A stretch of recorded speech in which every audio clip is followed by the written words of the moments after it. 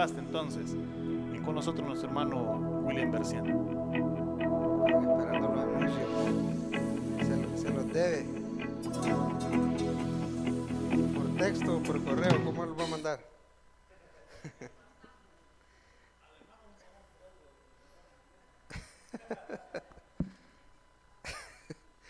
Buenas noches, hermanos y hermanas.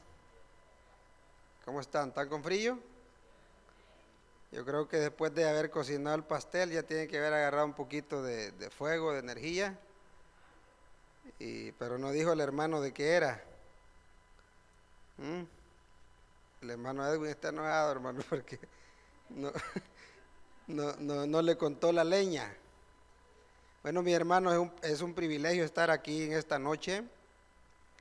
Yo sé que hay muchas situaciones con las que uno tiene que luchar o bregar cuando está acá, pero hay algo que yo quisiera recordarle siempre, cada vez que tengo la oportunidad de meditar en la palabra junto a ustedes, y es que cuidadito con que el enemigo vaya a quererle robar la atención.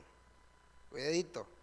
Así es que vamos a leer la palabra del Señor, un libro, un versículo que yo sé que la mayoría de ustedes se lo puede, y usted donde oiga la cita o se la den por ahí, segunda de Timoteo 3, 16 y 17, va a decir, ya me lo puedo de memoria. Pero vamos a la Biblia, como dijo el hermano Helio, a la de papel, dijo. Pero si no usted trajo de papel, ahora sí se permite la electrónica, y la leemos todos juntos. Quisiera, hermanos, en esta noche que esta palabra pueda ser expuesta lo más práctico para que nosotros de ahora en adelante podamos adquirir mejores beneficios en nuestra vida cristiana. Cuando usted la tiene, segunda de Timoteo capítulo 3, versículos 16 y 17, abre la Biblia, me hace una mirada y comenzamos. Vamos a esperar ahí todavía a los que están buscándola. Vamos a ver, ¿listos? La leemos todos juntos. Dice segunda de Timoteo capítulo 3 versículos 16 y 17.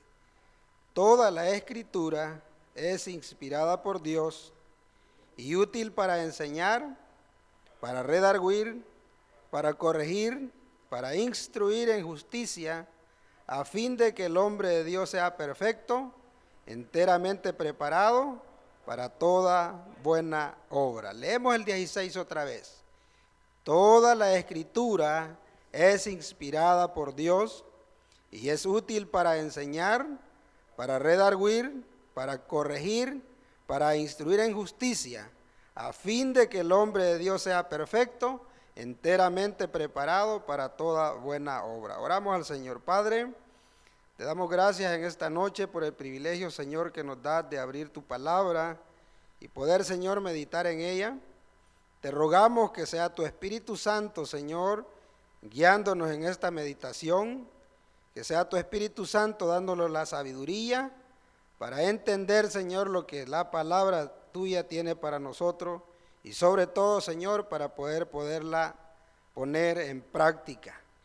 Porque ahí, Señor, donde nosotros experimentamos, sacamos, Señor, el sabor de los beneficios que ella tiene para nosotros.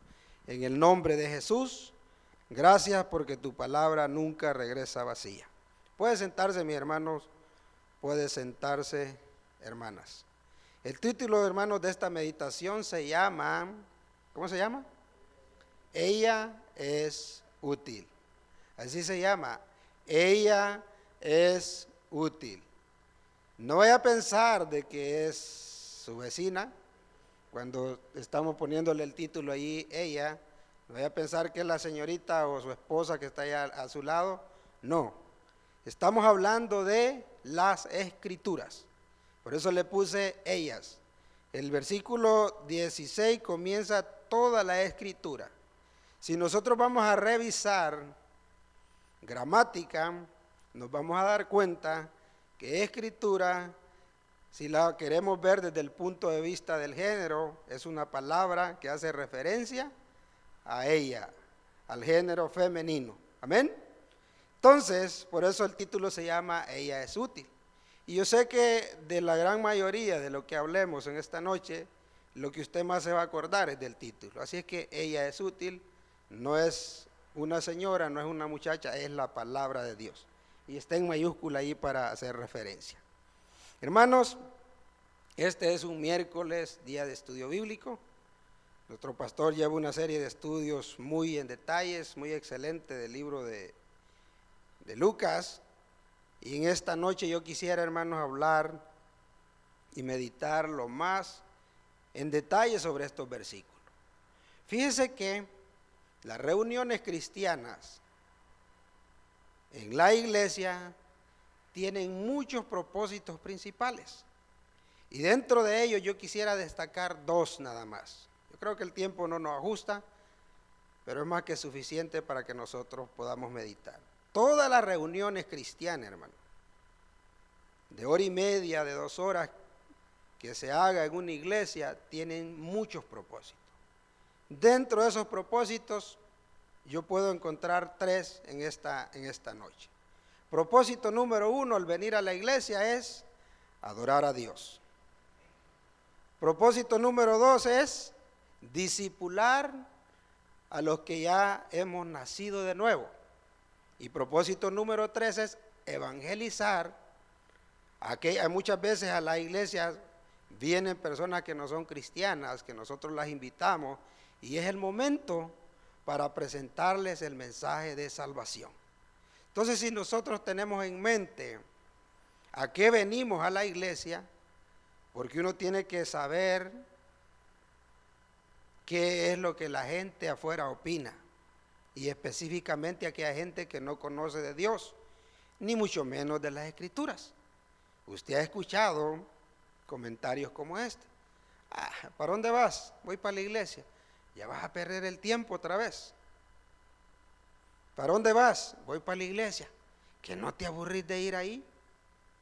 Comentarios como ese, hermanos, y muchos otros comentarios, uno los puede evaluar y saber y decir, realmente estas personas no saben lo que están hablando. Y entonces son situaciones o expresiones que se declaran con ignorancia, sin conocimiento, que uno las escucha a diario. Pero si uno no está convencido, no tiene bien claro a qué viene a la iglesia, en algún momento pueden perturbar nuestra fe. Oiga bien lo que le digo, en algún momento esas expresiones pueden perturbar nuestra fe. Amén. Entonces, mis hermanos, nosotros como cristianos tenemos que tener bien claro a qué venimos a la casa del Señor. 3 propósitos principales pudiéramos hablar en esta noche y muchos más, porque no es suficiente, hermanos, 45 minutos o 1 hora o una semana para hablar en detalle acerca de esto. Hay muchísimas cosas a la hora de una predicación, hermanos, que no se logran tocar. Y es por eso que cuando estamos en este lugar, lo primero que nosotros hacemos es encomendarnos para que el Espíritu Santo nos dirija, para que sea Él el que hable. Mi oración a Dios siempre es esta: Señor, cuando yo comparta la palabra o medite la palabra con los hermanos, yo solo quiero hacer algo. Mi propósito principal es decirle a ellos lo que tú les quieres decir. Así de sencillo. ¿Sabe por qué, mis hermanos? Porque yo he encontrado que el secreto del cambio en la vida de las personas no es ejecutado por mi elocuencia. Yo les pudiera venir a contar aquí una serie de experiencias y logros personales, pero no van a cambiar su vida. Es el poder de la palabra que cambia la vida y los corazones de las personas. Entonces, cuando nosotros hablamos que un propósito de venir a la iglesia es adorar a Dios, nosotros debemos de saber que esa adoración va dirigida al único que es digno de adoración, Y ese es nuestro Señor Jesucristo. ¿Por qué le digo esto, hermano? O se lo vuelvo a recordar. Porque ahora, en los días que vivimos, hay muchas personas en los púlpitos o en las congregaciones que ellos quieren ser vistos. Quieren, ¿cómo se llama? Que se les reconozca lo que hacen. Y la verdad que el que hace un esfuerzo tiene hasta cierto grado ciertos méritos. Digo ciertos méritos porque el que tiene todos los méritos ganados es nuestro Señor Jesucristo. Él murió por nosotros en la cruz del Calvario. Entonces, mis hermanos, nosotros venimos a la iglesia a rendirle adoración a aquel que se lo merece. Pero usted puede decir, yo he escuchado esa palabra y muchas veces no me queda muy claro qué es adorar. Pues fíjese que adorar es reverenciar. Adorar es postrarse o rendir culto a un ser que se considera por naturaleza divino. Eso dice el diccionario. Hermanos, cuando nosotros no perdemos de vista eso, para nosotros es un privilegio, es una bendición. Fíjese que los domingos nosotros nos reunimos un grupo de hermanos a orar aquí en las mañanas de 10 a 10:30. El grupo de intercesión, y yo siempre les digo a los hermanos, yo quiero recordarle que nosotros en esta mañana estamos en oración ante la presencia de aquel que todo lo puede. Y no pierda de vista eso. Hermanos, es bien difícil. No hay otra forma como poder adorar a Dios sino a través de la fe. No hay otra forma. Porque no hay ninguna manera de que Dios venga y se nos presente aquí y nosotros podamos venir a arrodillarnos ante Él. Es a través de la fe. Y usted sabe que la palabra de Dios dice cómo nuestra fe crece. Vivimos en un país pero donde la vida es muy rápida, específicamente para aquellos que somos padres de familia. Tenemos que trabajar, tenemos que ayudar a nuestros hijos con las tareas, tenemos que ayudarles a desarrollar físicamente, tenemos que venir a la iglesia. Entonces, hermanos, si nosotros no somos muy cuidadosos en la administración del tiempo, le aseguro que lo primero que comenzamos a descuidar es nuestra relación con Dios. Y si habrá algo que a nosotros nos debe de mover a rendir reverencia a Dios todos los días de nuestra vida, es nuestra gratitud por lo que Él ha hecho por nosotros. Si yo no fuera cristiano, mi vida no llevara la dirección que lleva en este momento. ¿Por qué? Porque ahora yo ya sé qué rige mi vida.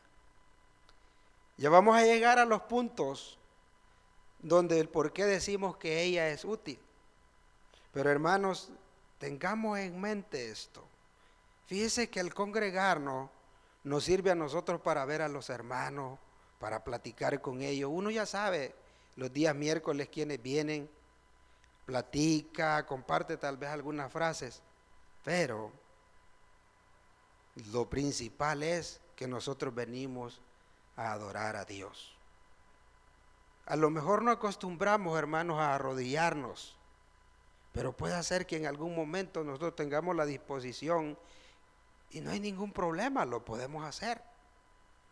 Porque cuando nosotros estamos bien claros que adoramos al Dios Todopoderoso, nada ni nadie nos va a hacer sentir a nosotros con vergüenza o con incomodidad cuando nosotros le cantamos a Él, cuando nosotros nos dirigimos a Él. No va a haber nadie. Esta palabra, hermano, es muy, pero muy efectiva. Mi hijo, fíjese que tiene 9 años. Y hace unas semanas me venía diciendo, papá, fíjate que hay un compañero de clase que me dijo que si yo no creía en la Virgen, yo me iba a condenar.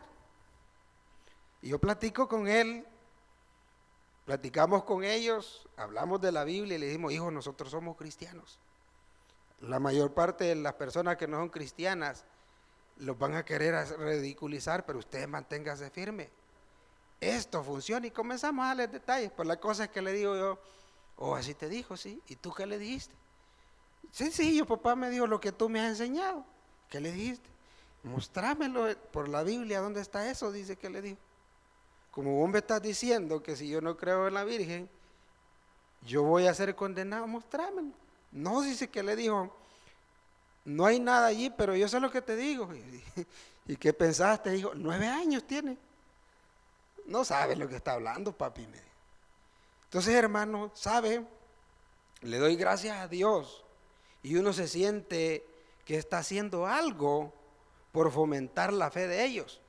¿Por qué? Porque a sus 9 años ya sabe qué contestar. La semana pasada dice que mi esposa estaba ahí en un receso con los padres de familia y dice que una señora se le acercó y le dijo, mire, me gusta su niña. Dije y eso sí, no se ha vestido, ¿verdad? Para esta época. No, dice que le dijo. Y fíjese, dije que le digo que yo me acerqué a ella y le pregunté y le dije, ¿y usted no ha vistido, niña? No, dije que le dijo, porque yo soy cristiana, dije que le. Nosotros no celebramos eso, sabemos que eso no es cristiano. Y dice que le dijo la señora, y fíjese que yo también a mi hija ya no la he visto. Y mi esposa le dice, ¿y usted es cristiana? No, dije que le dijo, soy católica, pero ya me explicaron en qué consiste eso. Y se dije que le dijo que eso no le agrada a Dios. Imagínese, hermano, qué bendición es saber. Pero ¿quién nos enseña esto, hermanos? La palabra de Dios. Es la palabra de Dios. A lo mejor usted no sabía, hermano, pero usted tiene que saber eso. Ahora estamos en este lugar, no sabemos cuánto tiempo vamos a estar, nos vamos para otro lugar, pero este lugar se asigna, hermano, específicamente para eso. Que Dios nos va a proporcionar, nos va a dar otras bendiciones como añadiduras de venir a adorarle, eso es indiscutible, es cierto. Pero el propósito, un propósito primordial y principal de estar aquí es venir a adorar a Dios. David, hermanos, decía esto. Una cosa decía, he demandado a Jehová, y esta buscaré, que esté yo en la casa de Jehová todos los días de mi vida. Una pausa hasta ahí. La mayor parte de veces que usted escuche estos versículos lo va a escuchar hasta ahí nomás.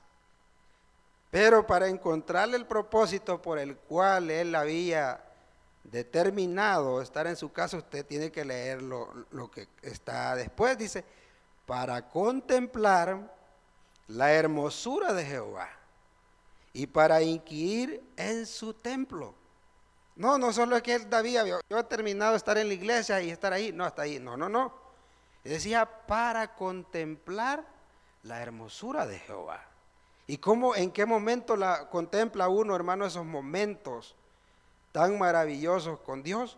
En los momentos que está usted cantándole a Él, en los momentos que usted medita en su palabra. He allí la importancia de nosotros para poder ser, hermanos, cristianos firmes y maduros. Porque el crecimiento, hermanos, de la vida cristiana lo da esa relación entre usted y Dios. Es algo muy personal. La mayor parte de situaciones, hermanas, que se nos presentan en la vida, a lo mejor nadie va a estar, el pastor no va a estar, los líderes de la iglesia no van a estar, los servidores mucho menos. Solo va a estar usted y esa situación que se le va a presentar a lo mejor como una tentación de cualquier índole, mi hermano. No solo es de carácter sexual, hay otras tentaciones como querer agarrar lo que no es de uno. Hay miles y miles de tentaciones y es por eso importante, hermano, saber, reconocer que nosotros tenemos que adorar a Dios al venir a la iglesia. Y no solo aquí, mi hermano. Es como se dice en América, 24/7. 24 horas cada día de los 7 días de la semana.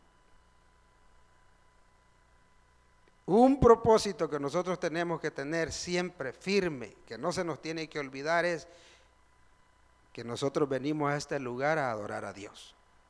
Y que no nos tenemos que salir de esas puertas sin nosotros comprobar que hemos cumplido ese propósito. La iglesia a principios, en el libro de los Hechos, ese era su comportamiento de los cristianos. Fíjese que al hablar un poco de esto, Jesucristo dijo, ustedes, dijo, son la sal de la tierra. Usted, mi hermano, todos nosotros, son la sal de la tierra. Uno de las funciones que la sal tiene, hermano, es que da sabor. En el mundo no cristiano, la única persona que va a hacer la diferencia es usted. Usted y nadie más. A mí me pone a pensar mucho cuando yo escucho predicadores que identifican el problema, pero no dan la solución al problema. Y la situación para mí tiene que ser compleja. ¿Por qué dice esto, hermano? Escucho muchos predicadores ahora que dicen esto, mire, que nosotros somos llamados a alumbrar al mundo, a los que no son cristianos, correcto, ¿verdad? Es correctísimo. Pero escucho esto que no mucho me gusta porque no dan ninguna solución a eso. Yo quisiera enfatizar algo al respecto, que dicen que ahora no, el mundo alumbra a la iglesia, porque el mundo se ha metido a la iglesia. Hermanos, al oír esas expresiones es un reto personal, suyo, mío, de cada uno de nosotros, decir, no, nosotros vamos a cumplir los propósitos de Dios. Si Él dijo que nosotros somos la luz y la sal de la tierra, vamos a ir a alumbrar con la luz no nuestra, sino con la luz del Espíritu Santo que mora en nosotros. Entonces, mis hermanos, ¿cuál es la solución? No puede ser. Es decir, no, nosotros somos cristianos, somos embajadores de Jesucristo, somos representantes de Cristo aquí en la tierra. Tenemos, hermanos, el reto y la obligación de alumbrar, permitir que el poder de Dios alumbre a través de nosotros. Porque la luz o el sabor que nosotros le demos al mundo no cristiano, ese sabor no es original, no es nuestro, es el reflejo del sabor y del cambio que Dios ha hecho en nuestra vida. Así es que, hermano, como iglesia de Tabernáculo de Hollywood y como iglesia, como cristianos, miembros del cuerpo de Cristo, es nuestro reto hacer el máximo esfuerzo para que la luz de Jesús la pueda ver el mundo. La palabra de Dios dice ahí, no recuerdo la cita, que dice que nosotros tenemos que obrar y hacer el bien para que da a entender para que los que no son cristianos glorifiquen a Dios, dice, por nuestras obras. Nosotros somos llamados a eso. Somos nosotros llamados a cumplir esos propósitos. Pero ¿cómo, hermanos, vamos a crecer para que la luz de Jesús se refleje en nuestra vida? A través de que cuando nosotros adoramos a Dios. Pero si nosotros no conocemos a Dios, solo lo hemos oído, como dijo, de oídas te había oído, pero ahora mis ojos te ven. ¿Qué quiere decir eso, hermano? Me habían contado, había leído, pero ahora yo lo puedo vivir, que es una realidad. Ese es el reto nuestro.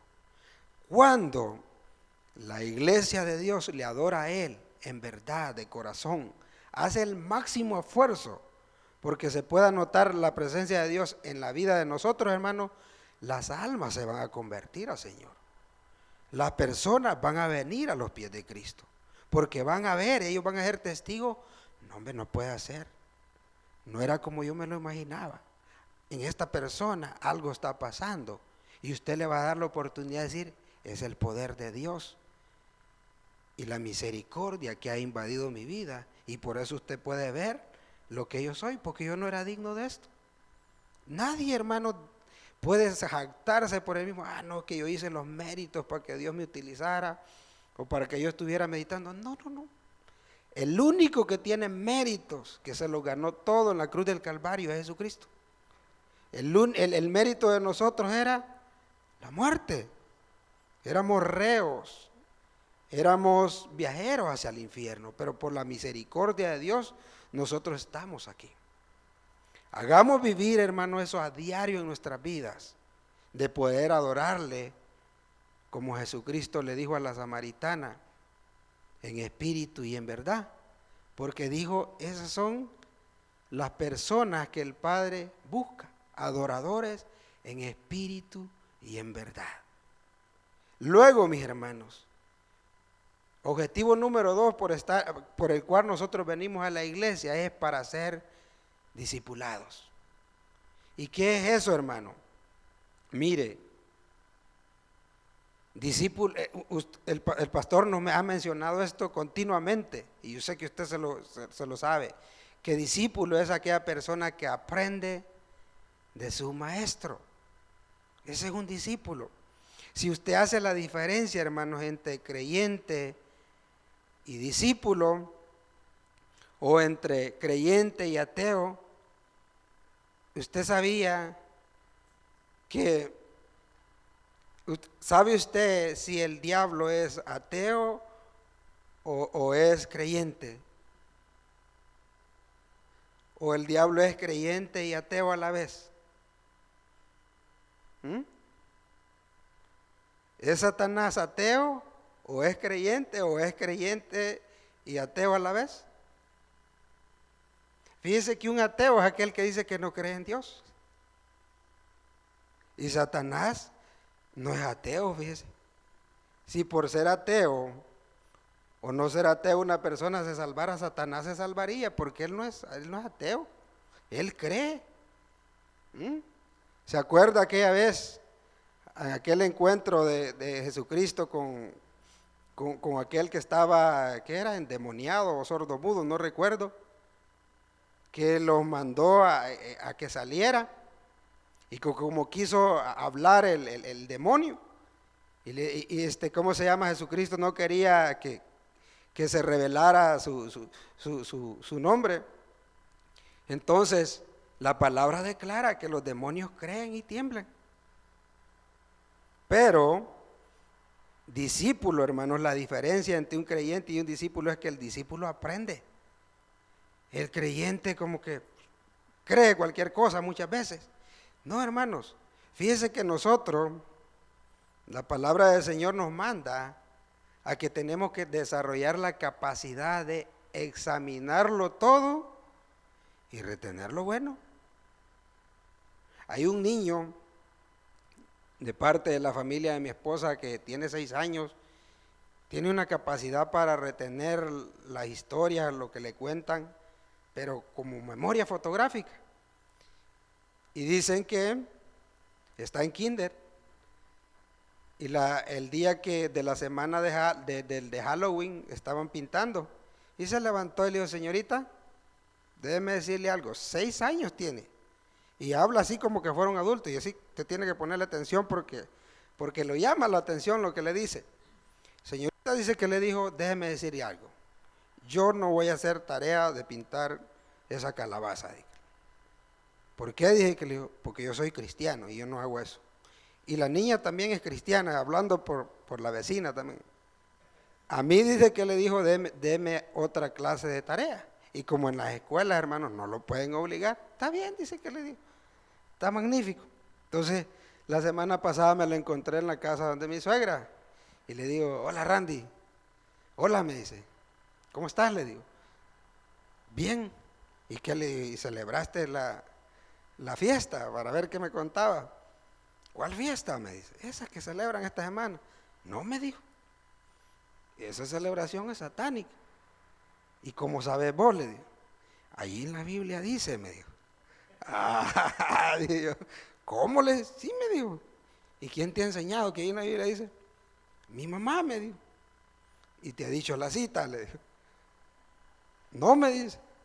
Mirá, le digo yo, Está bien que no lo practiques, pero tampoco andes mintiendo, porque no vas a encontrar una referencia bíblica que te diga que Halloween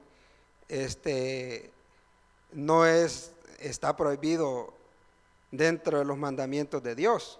Si bien es cierto, mis hermanos, pero no está la cita textualmente. ¿A qué lo quiero llevar esto? El niño es muy listo y hay que afinarlos cada día, pero tiene que haber alguien que tenga conocimiento y que lo instruya. Usted cuando se sienta, hermanos, a escuchar aquí en la iglesia, por la radio, por el internet, usted tiene que tener la capacidad de evaluarlo, no a la luz de su opinión, es a la luz de la palabra. Y cuando en Primera de Tesalonicenses 5:21 dice, examinarlo todo y retener lo bueno, eso quiere decir, hermano, fíjese que requiere que usted tenga conocimiento básico acerca de lo que usted va a evaluar. Por ejemplo, si usted va a la consulta de un médico y el médico quiere chequearle cómo está su presión arterial, el médico tiene que saber cuáles son los valores normales de presión arterial para saber si los resultados de su presión están dentro de los valores normales o están altos o están bajos. Pero tiene que tener conocimiento. Eso de examinarlo, eso implica de un previo conocimiento para aplicarlo en lo que nosotros vamos a evaluar. Y hermanos, hay que ser humildes siempre, porque no lo sabemos todo. Hay que ser humildes siempre, no lo sabemos todo, y aunque pretendamos, nunca lo vamos a saber todo. Saliéndome un poquito del tema, yo quisiera ayudarle en esto, porque sabemos que como cultura, yo sé que como cultura nuestra, la latina, la gran mayoría, oiga bien, la gran mayoría no tiene el hábito de la lectura. Es la gran mayoría, no somos todos. Hay algunos que llegan ahí, ¿de dónde somos? Del Salvador. Momento, le dije. A mí, yo aprendí a pronunciar J, S, H. No me vengas con esas cosas, soy salvadoreño, pero tampoco, le digo, hablemos formalmente, no me vengas con payasadas porque yo no me he presentado así. Entonces, hermano, como cultura latina no tenemos ese hábito. ¿Y sabe por qué? Porque tenemos prejuicios equivocados.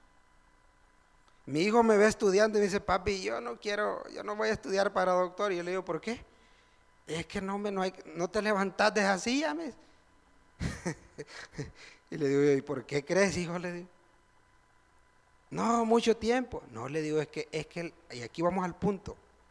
Uno de los prejuicios, hermanos, por qué uno no tiene el hábito de la lectura, es porque piensa de que como lo leemos ahora, un ejemplo, leemos este versículo ahora, el año pasado, la semana pasada, y no se nos quedó, por eso ya no lo volvemos a leer. Por eso, porque nosotros se nos olvida la información, por eso es que hay que estar leyendo siempre. ¿Se da cuenta? ¿Me entiende el punto? Es por eso que tenemos que estar leyendo, porque Dios así nos diseñó. Y por eso cuando usted habla de la memoria, habla de memoria de corto plazo, de largo plazo, de mediano plazo, memoria fotográfica, pero se olvida la información. Es por eso que tenemos que estar en constante lectura bíblica, en constante renovación de la información que tenemos. Entonces, hermano, ese versículo que dice examinarlo todo y retener lo bueno requiere que nosotros tengamos conocimiento bíblico. Y si no, ¿qué es lo que vamos a evaluar? Pues nosotros sabemos que la palabra de Dios es viva y eficaz. Así dice Hebreos 4:12. Pero si nosotros no sabemos en qué momento es eficaz y no lo aplicamos, nosotros no vamos a experimentar la eficacia de esa palabra. ¿Me doy a entender? Entonces, hermano, ¿qué es lo que ¿Qué es lo que se pretende a la hora de venir? Que nosotros aprendamos esto. Porque, oígame bien esto, si yo, ¿cómo se llama? Si yo digo, hermanos, algo que es mío, que usted nunca lo oyó, no le haga caso, oye. Pero si digo algo que dice la palabra del Señor y lo digo bien dicho, bien analizado, póngale mucha atención. Fíjese que nosotros podemos venir a la iglesia todos los días de la semana, todos los días de nuestra vida cristiana, y corremos el riesgo, oiga bien, póngale mucha atención, no va a decir, fíjese pastor que el hermano dijo que nosotros estábamos engañados. No, fíjese bien. Me gusta cuando hablo esto platicar lo más lento posible porque, no sé, tengo la mala costumbre de hablar muy rápido, y cuando uno habla muy rápido la gente no retiene mucho o a veces los pierde. Entonces, corremos el riesgo de estar en la iglesia. Oiga bien, corremos el riesgo, no estoy diciendo así es, así estamos, no. Hay una diferencia entre una expresión y la otra. De venir a la iglesia y estar engañados. ¿Cómo digo, hermano? Aquí lo voy de vuelta. Corremos el riesgo de venir a la iglesia y estar engañado. Explíqueme, hermano. Santiago 1:21 dice, pero sed hacedores, y no tan solamente dice oidores, engañándoos a vosotros. No, usted no está engañando al vecino. Yo estoy engañándole, hermano Miguel, a mí mismo me estoy engañando. Entonces, ¿qué quiere decir ese versículo? Que si nosotros venimos y decimos, oh, qué bonita estuvo la predicación, qué bonita la corbata del hermano Miguel, me gustó el suéter del hermano Edwin, si descuida se lo voy a robar. No. El propósito, hermano, es que nosotros vengamos, oigamos lo que la palabra de Dios dice, porque muchas veces lo que el predicador dice, ni cerca de lo que la palabra de Dios dice. Pero cuando suceda eso, la palabra nos manda que eso tenemos que barrerlo y hay que retener solo lo bueno. Entonces, ¿a dónde está la bendición? ¿A dónde está el fruto, el beneficio para nosotros? Cuando oímos y eso que oímos lo ponemos en práctica. Ese es el objetivo de la palabra. Ese no es mi objetivo, el objetivo de la palabra. ¿Por qué, mis hermanos? Porque Dios quiere que nosotros tengamos paz con Él. Si el andar en desobediencia a Dios, hermano, no nos genera paz. Y usted le dice, ¿por qué lo dice?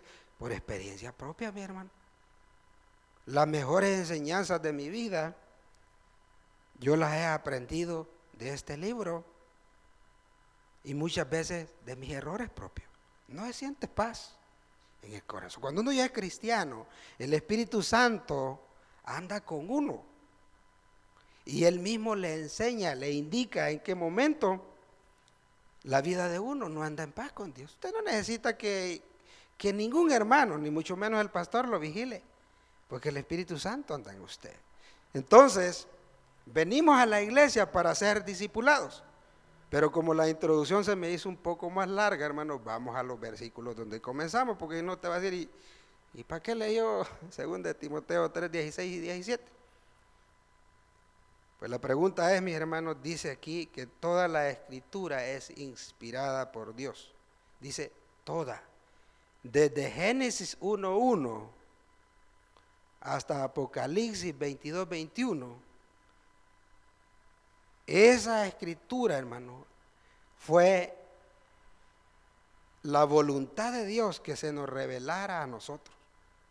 Desde el versículo que dice, en el principio creó Dios los cielos y la tierra, hasta el último versículo de Apocalipsis que dice, la gracia de nuestro Señor Jesucristo sea con todos vosotros, amén. Todo eso, hermano, es la voluntad de Dios revelada para nuestro beneficio. Útil, hermano, esa expresión de ser útil quiere decir, hermano, algo que es provechoso. Algo útil es algo que trae beneficio a todo aquel o a toda aquella que lo oye con atención, cree la palabra y sobre todo la pone en práctica. Y en esto nosotros tenemos que trabajar mucho, hermanos. Pedirle la dirección a Dios, pedirle la dirección al Espíritu Santo para que nos haga cristianos hacedores. Cristianos que ponemos en práctica lo que la palabra de nuestro Salvador nos dice. Ese es el reto mío, hermano. No es solo reto suyo. El púlpito aquí está en alto, pero no me ve en alto a mí que, hermano, está cerca de Dios. No, está más cerca usted que yo de Dios. Pero ese es el reto a diario, hermanos. Mientras caminemos en esta tierra, siempre habrá algo en nuestra vida cristiana que tenemos que trabajar y mejorarlo. Todos. Y ahí voy yo a la cabeza. Entonces, algo útil es algo provechoso, algo que trae beneficios. ¿Y útil para qué? Diría cualquiera. ¿Y para qué es útil el libro? Mire, primero dice que es útil para enseñar. Dice ahí el versículo 16.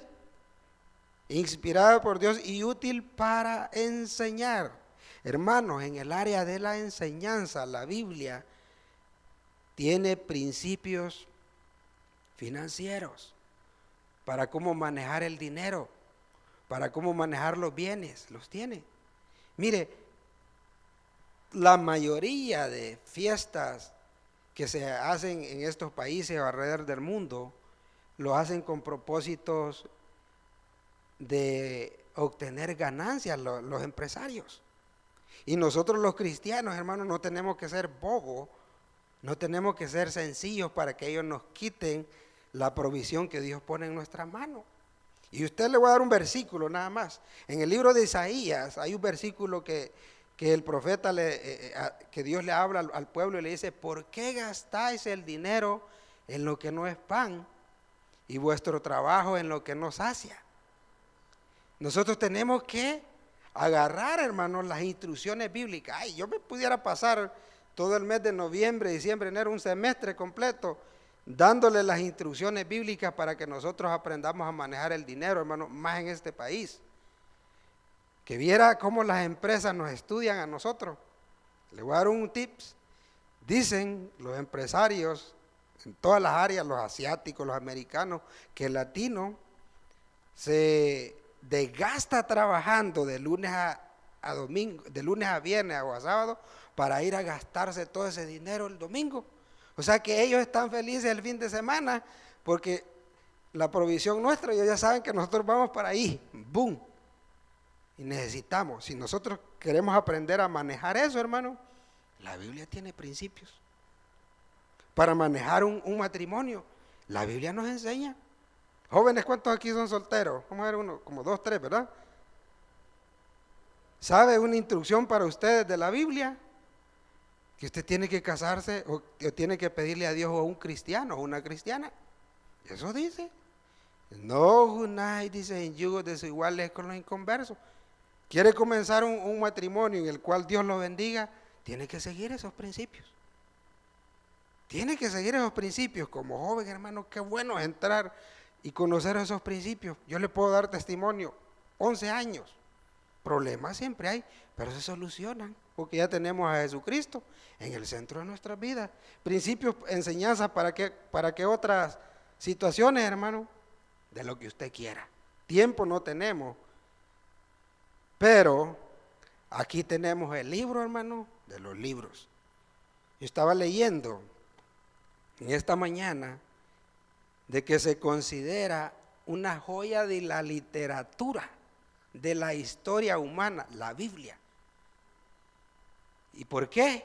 Porque ahí hay leyes, ahí hay dichos, proverbios, ahí hay historias y de toda clase, hermano, de narraciones. Este libro, los inconversos dicen que es una joya de la literatura en la historia humana. Nosotros la tenemos. Aquí, hermanos, está la enseñanza. Útil para redarguir. ¿Qué quiere decir eso, hermano? Es confrontar con la verdad para traer convicción de lo que es correcto y lo que es incorrecto. Fíjese que cuando la palabra de Dios se explica, nos toca y hay veces que no nos sentimos bien, Pero nos confirma lo que ella misma dice, que es como espada de dos filos. Y algo que tiene filo, hermanos, corta. Y cuando corta la piel o nuestros tejidos duele, ¿verdad? Pero el propósito no es hacernos sentirnos mal, sino mejorarnos. Es como cuando la esposa le dice al esposo, mira, ¿me sos fiel? Y él le dice, sí. Y la esposa le dice, mira, y esa figura de esos labios que tenés en la camisa, no, que tuvimos un par y nos abrazamos y ese perfume que se siente ahí, que no es el que tú andas, oh sí, como ahí nos dimos un abrazo, entonces se me pasó. ¿Qué está haciendo esta señora? Está redarguyendo a su esposo. Entonces así es la palabra de Dios con nosotros. ¿Qué más, hermanos? En el versículo, para instruir en justicia y para corregir. Hermanos, cuando la palabra de Dios nos habla, nos toca de esa forma, tenemos que pedirle sabiduría a Dios y fuerza para caminar, no en nuestra voluntad, sino en la voluntad de Dios, porque esa es la que nos beneficia. Así rapidísimamente hemos podido ver 4 beneficios o 4 utilidades, hermanos, de la palabra del Señor. Recuérdese que todo en esta vida va a pasar, pero dice que la palabra de Dios permanece para siempre. Oramos en esta noche. Padre, en el nombre de Jesús, te damos gracias. Ahora que has escuchado el mensaje de la palabra y Dios ha tocado tu corazón, te invitamos a que recibas a Jesús como tu único y suficiente Salvador personal. Repite después de mí esta oración. Cierra tus ojos. Señor Jesús, yo te recibo hoy como mi único y suficiente Salvador personal. Creo que eres Dios, que moriste por mí en la cruz por todos mis pecados y que resucitaste al tercer día. Gracias doy al Padre por haber enviado a su Hijo a morir en mi lugar. En Cristo Jesús, mi Salvador. Amén y amén.